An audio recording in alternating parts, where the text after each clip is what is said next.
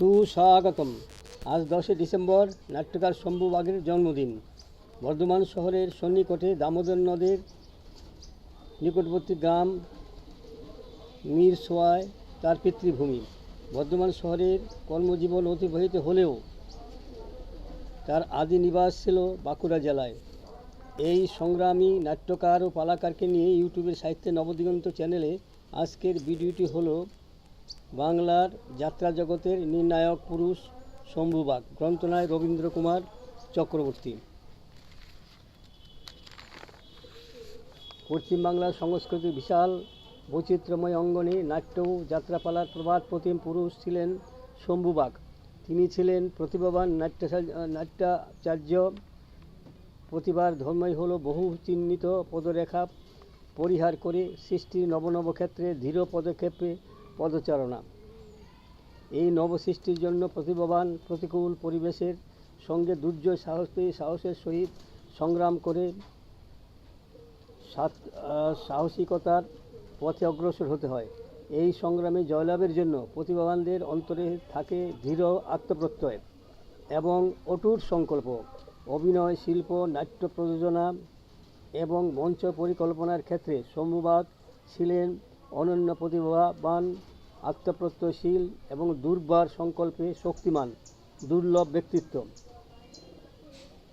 অভিনয়, নাট্য প্রযোজনা এবং মঞ্চ পরিকল্পনার জগতে আধুনিকতার দ্বার উন্মুক্ত করে দেবার স্বেচ্ছাকৃত দায়িত্বভার গ্রহণ করে তাকে কোনো সময় ব্যর্থতার বেদনা সহ্য করতে হয়েছে, কিন্তু এই ব্যর্থতা আবদ্ধ ক্ষেত্রে তার জয়যাত্রার পথে বাধা না হয়ে তাকে দ্বিগুণ কর্মপ্রেরণায় উদ্বুদ্ধ করেছে।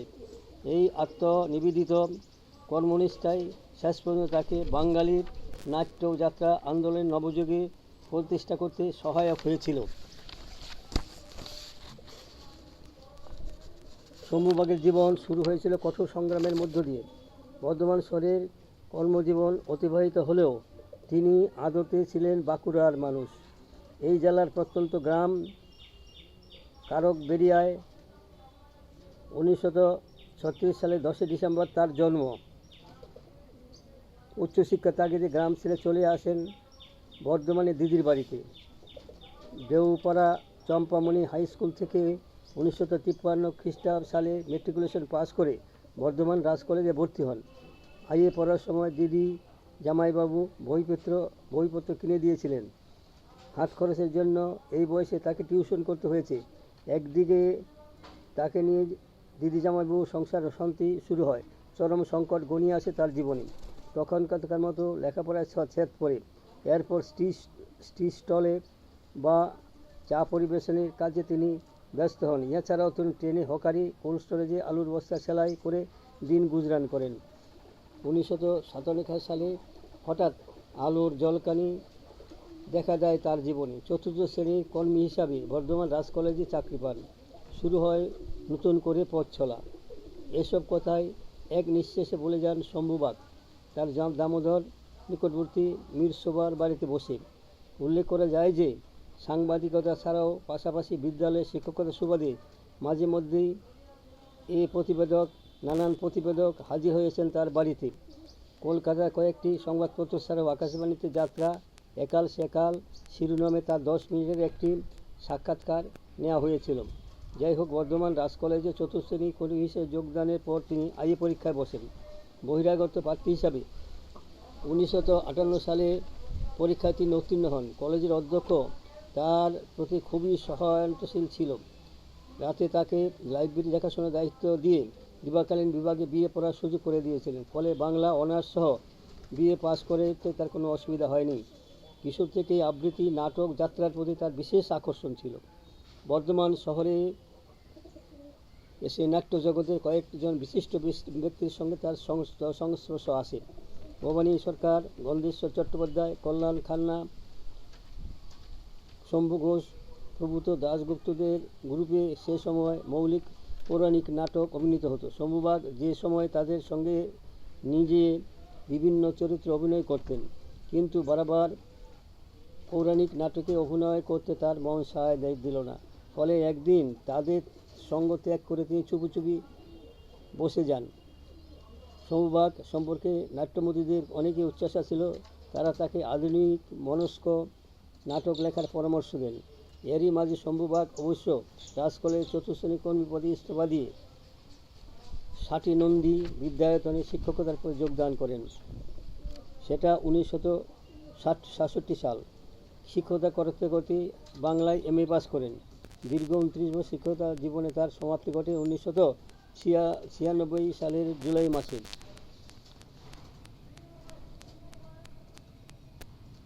তার প্রথম অভিনীত পালাটি ছিল নিজস্ব ইউনিট বর্ধমান নাট্য আন্দোলন গ্রুপে বৈতালিক। 1966 সালে তরুণ অপরা বৈতালিক নাম পরিবর্তন করে ঘুমভাঙার গান নামে পালাটি মঞ্চস্থ করেন। এই নাম পরিবর্তনের কৃতিত্ব অবশ্য শম্ভু শান্তিগোপালের সঙ্গে তার পরিচয় ঘটনা বেশ নাটকীয়। সেটা 1965 সাল। তরুণ অপরার প্রধান নট শান্তিগোপাল ও শিব ভট্টাচার্য তখন বর্ধমানের পার্শ্ববর্তী এলাকায় যাত্রা শেষ করে বর্ধমানে অবস্থান করছিলেন। পাওয়ার হাউস পাড়ায় সে সন্ধ্যায় অভিনীত হচ্ছিল বৈতালিক, গান গেয়ে ঘুম ভাঙার বৈতালিক। নাটকটা তাদের খুবই পছন্দ হলো। 1966 সালে তরুণ অপরা এই নাটকটি ঘুম ভাঙার গান নামে মঞ্চস্থ করল। মঞ্চ সফল পালা হিসাবে অচিরেই এটি স্বীকৃতি পেল। তারপরে শুধুই সামনে এগিয়ে যাওয়ার পালা। তরুণ অপরার পরপর হিটলার, লেনিন, কার্লমার্কস, কৃতদাস, তেলেঙ্গানা, আগুন জেলে দি, বিপন্ন সুধা, অসুস্থ পৃথিবী, শত্রুর রক্তযুদ্ধ, কারাগার যাচ্ছে প্রভৃতি পালা সাফল্যের সঙ্গে বক্স অফিস দখল করে। এরই মাঝে 1969 খ্রিস্টাব্দে গণদেবতা এবং 1970 খ্রিস্টাব্দে রক্তাক্ত আফ্রিকা পালা দুটি মঞ্চস্থ করেছিলেন নবরঞ্জন অপেরা। তার লেনিন পালাটি সম্পর্কে কিছু না বললেই নয়। যেখানেই পালা আসরে নেমেছে হতে চলেছে, সেখানে ছুটে গেছে শ্রমিক, কৃষক, নিপীড়িত মানুষের দল। এই সময় ঘুমভাঙার গান মঞ্চস্থ হয়েছিল তার বহু বিতর্কিত পালা হিটলার। রক্ষণশীল মানুষজন এই পালার জন্য সমূহকে বিরূপ আলোচনায় ভরিয়ে দিয়েছিল। প্রবোধবন্ধু অধিকারী তার এই নিবন্ধে লেখেন, প্রবীণ এক পালাকার আমায় লিখলেন, হিটলারকে স্বাগত জানালে আমরা শাপগ্রস্ত হব। বস্তুপক্ষে ফ্যাসিস্ট নায়কের ব্যক্তি জীবনের আবেগযুক্ত হিটলারকে বিরূপ সমালোচনা সহ্য করতে হয়েছিল। লন্ডন পত্রিকায় 5.5 পাতা জুড়ে দীর্ঘ সমালোচনা দিয়ে হয়েছিল। তবে শম্ভুবাগের যাত্রাগুলির মূল্যায়ন শুধু কলকাতায় অপেরাগুলিতে তুলে ধরা হয়েছে তা নয়। দুঃখে যাদের জীবন গড়া, তিনি তাদের নিয়ে লিখেন নানান নাটক। দ্বিতীয়ত সেকেন্ডরা মেঘমুক্তি এবং কাঞ্চি কাবেরী নামে 3টি পালা তিনি অভিনীত করেন। এগুলি সবই রচিত 1964 সালে। পালা 3টি বীরভূমে দুর্গা অপেরার যথাক্রমে 1965, 1967 এবং 1969 সালে মঞ্চস্থ হয়েছিল।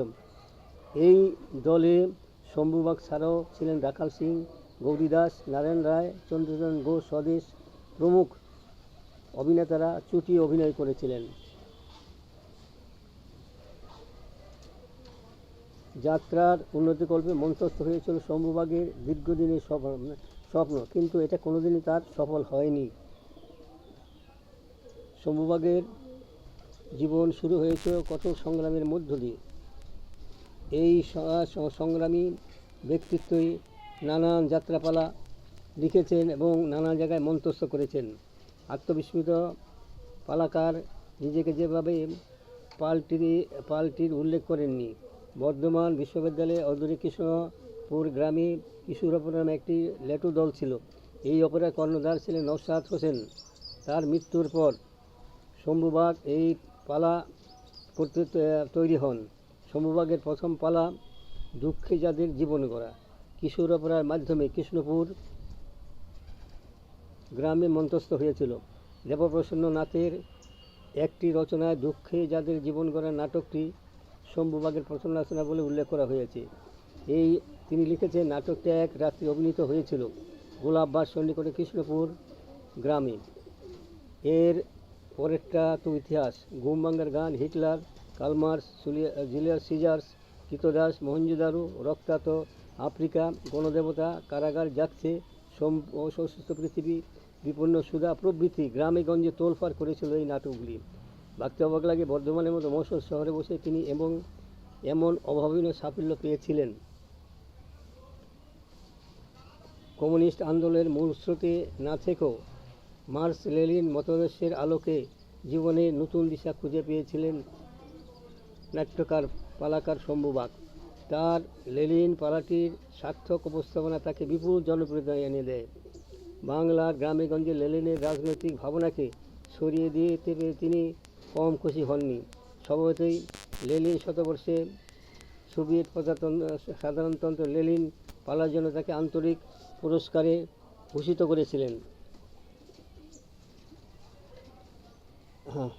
তার শুধু তিনি অপরাগুলি তৈরি করে শেষ হননি, তার ছিল যাত্রার উন্নতিকল্পে তিনি নানান ব্যবস্থা নিয়েছিলেন।